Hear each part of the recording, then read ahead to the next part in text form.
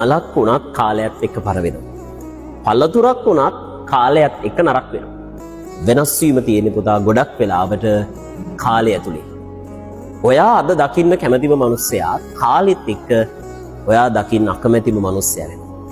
ඔයා අද කරන ආසම වැඩේ කාලයත් එක්ක ඔයා අකමැත්තෙන්ම කරන වැඩේ තියෙනවා. මං කිව්වේ වෙනස් වීම තියෙන කාලේ.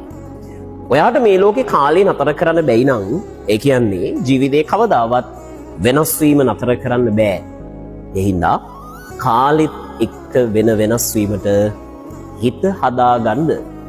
වෙනස් වෙන එකට දුක හිතෙනවා තමයි. හැබැයි හැමදාම හැමෝම ගෙවෙන තප්පර විනාඩි පැය කටු ගාණක් සැරයක් මිනිස්සු වෙනස් වෙනවා. දේවල් වෙනස් වෙනවා. ජීවිතය වෙනස් වෙනවා. හැබැයි වෙනස් වීම නතර වෙන්නේ නැත්තේ කාලයත් මේ ලෝකේ නතර වෙන්නේ නැති නිසා. කාලය වගේම හැමදේම වෙනස් වෙනවා.